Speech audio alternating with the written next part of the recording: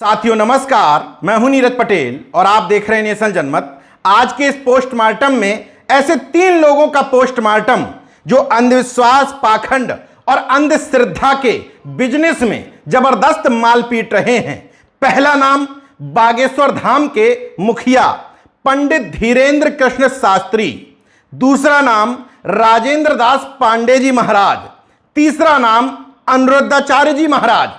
तीनों लोगों में एक बात कॉमन है कि तीनों का ही जन्म मध्य प्रदेश में हुआ, मगर अफसोस मनुस्मृति के नियमों के हिसाब से इन तीनों लोगों को ब्रह्मा के मुख से पैदा होना चाहिए था। मगर तीनों की ही जानकारी जब आप खंगालते हैं तो इन तीनों का जन्म वैसे ही हुआ जैसे एक सामान्य मनुष्य का होता है, मतलब हमारा आपका जैसे हुआ है। आज इन तीनों की चर्चा क्यों?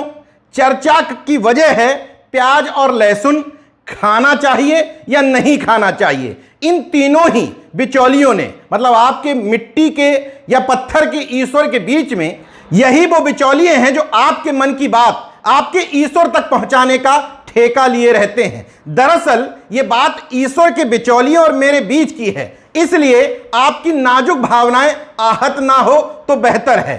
परम शक्तिशाली ईश्वर के बिचौलिए हैं ये, और ये भी इतने परम शक्तिशाली हैं कि सीधे सीधे आपको रोग क्या है उसका पर्चा बना देते हैं, बिना पूछे आपका नाम बता देते हैं, दूर से देख करके आपका भविष्य बता देते हैं। इसलिए आप अपनी नाजुक भावनाएं आहत मत करिएगा। ये इतने ताकतवर हैं कि ये चाहें मुझसे नाराज हो जाएं तो दूर बैठ करके मुझे भस्म भी कर सकते हैं, श्राप भी दे सकते हैं, और ज्यादा नाराज हो जाएं तो मंत्र पढ़ करके या पानी फूंक करके मेरा सर्वनाश भी कर सकते हैं। असली मुद्दे पर आता हूं।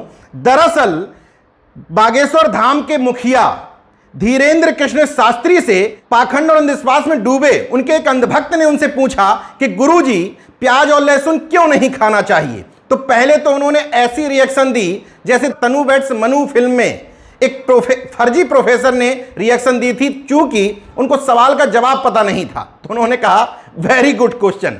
दोनों की रिएक्शन पहले देखिए। Any question? Sir, which is the more common phenomena, bicardia or tricardia? Good question. You are a good question. प्याज और लहसुन में दोष का है, वो जमीन में उगता है जैसे आलू उगते हैं, मूली उगता है, वैसे ही। तो हमारे जो भाव दूर करें। बहुत सुंदर। लो अब तुम माइक पकड़े रही हो अवनाई में। प्याज और लहसुन इसीलिए नहीं पाई जाती, बहुत सुंदर प्रश्न है। पहले नंबर तो इन्हें ताली बजा के धन्यवाद दे।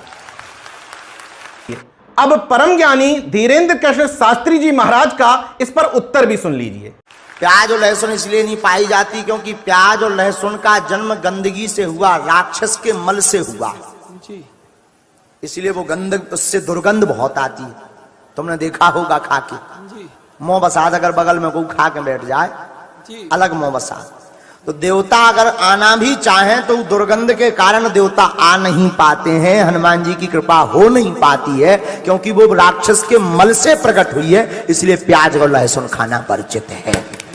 धीरेन्द्र कृष्ण की रिएक्शन देख करके इतना तो तय है कि उत्तर पता नहीं था, लेकिन अंधभक्त को गुरुजी जो भी बता दें वो उसको सहर्ष से स्वीकार कर लेता है। ये बात इसलिए कह रहा हूं क्योंकि एक और परम ज्ञानी मध्य प्रदेश से ही आते हैं, राजेंद्र दास पांडे जी महाराज। उन्होंने क्या उत्तर दिया, जरा उनका उत्तर सुन लीजिए। ब्राह्मण चला जाए तो उसका ब्रह्मतेज नष्ट हो जाता है, क्योंकि शास्त्रों के अनुसार प्याज की उत्पत्ति कुत्ते के अंडकोश से है और लहसुन की उत्पत्ति कुत्ते के नख से है। अब दो परम ज्ञानियों का दिव्य ज्ञान आपस में टकराने लगा। एक कह रहा है कि राक्षस के मल, और मल का मतलब जो आप जानते हैं वही मैं जानता हूं।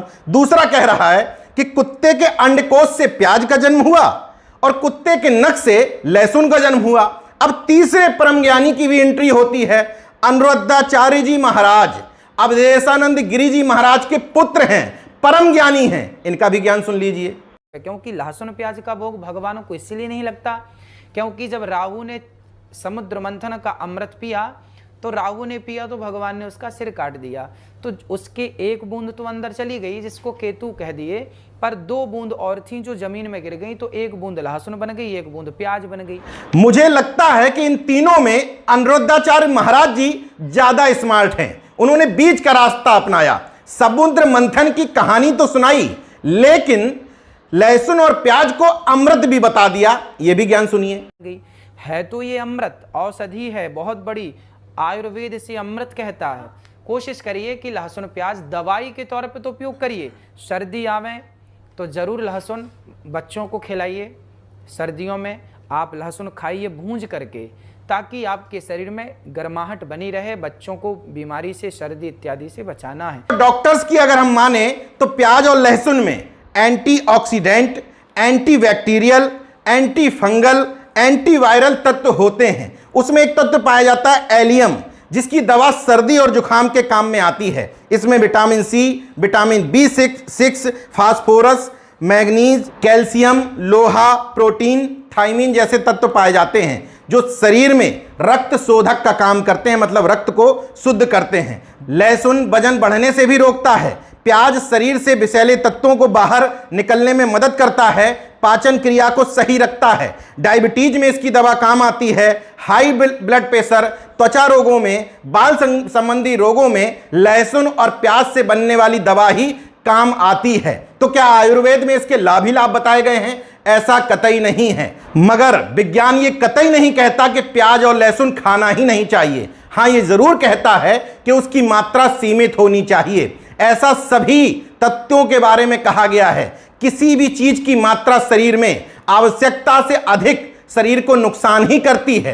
मगर भक्तों के कई ऐसे दरबार हैं जहां प्याज और लहसुन का खाना वर्जित माना जाता है। ऐसे कई दरबारों को घाटे का दरबार भी कहा जाता है। मगर ऐसे घाटे के दरबार वालों को मैंने कभी फायदे में आता नहीं देखा है। इन तीनों परम ज्ञानियों, दिव्य ज्ञानियों के शिष्य भी लाखों की संख्या में हैं। इन कथावाचकों को लाखों की संख्या में अंधभक्त बैठ करके सुनते हैं। लेकिन ये तीनों ही आपको विज्ञान से दूर रख करके आपके दिमाग में दकियानूसी, पाखंडी, अंधविश्वास से परिपूर्ण बातें ढकेलते जाते हैं। इसलिए मेरा अनुरोध है कि उम्र आपकी ज्यादा हो गई है, भले ही इस मूर्खता में पड़े रहो, लेकिन अपने घर के बच्चों, विशेष करके बेटियों और महिलाओं को इन पाखंडी बाबाओं, मौलवियों, हकीमों, ज्योतिषाचार्यों, कथावाचकों, जादू टोना और झाड़ फूक करने वालों से दूर रखिए।